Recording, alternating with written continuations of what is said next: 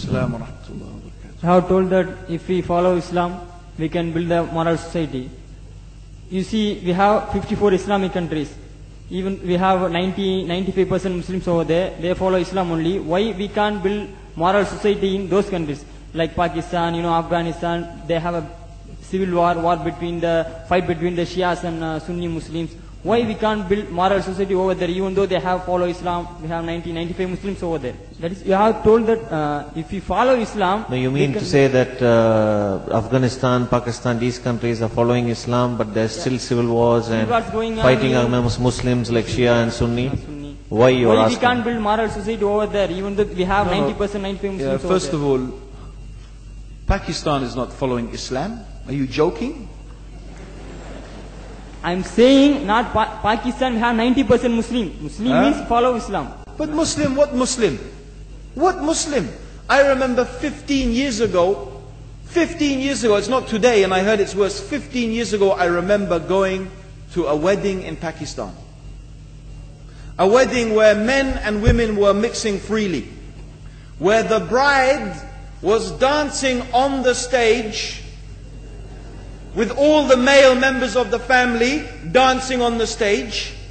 I am sure somewhere around, we probably hidden in a corner then, but I hear now it's open drinking alcohol. What Muslim are we talking about? This was 15 years ago. Now I hear it's even worse. Oh yes, they're Islam.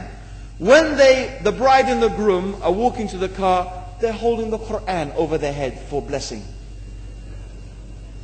That Islam? That's not Islam. What Islam is that? That's exactly the thing I'm talking about.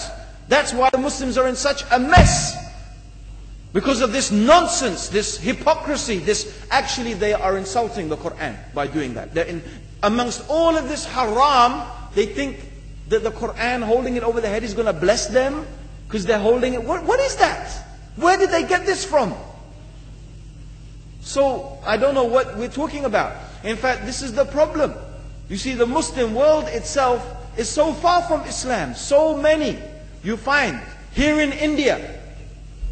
Well, I know it's not a Muslim country, but there are lots of Muslims here.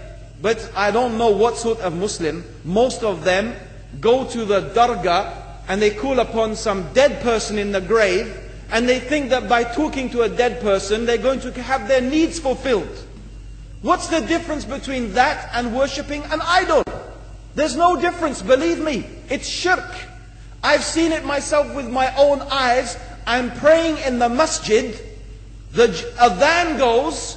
The people are praying in the masjid.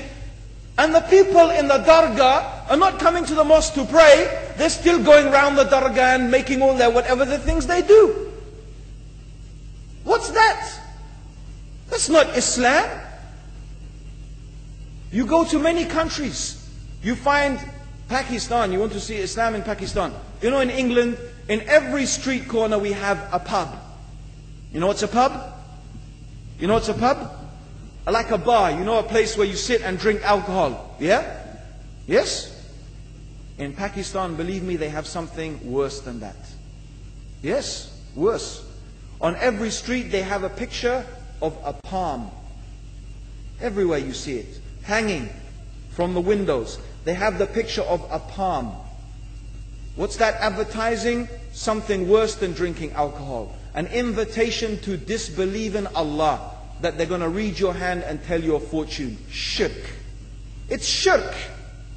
Whoever believes, the Prophet said, sallallahu alaihi wasallam, whoever visits a fortune teller out of curiosity, Allah will not accept their prayers for 40 days.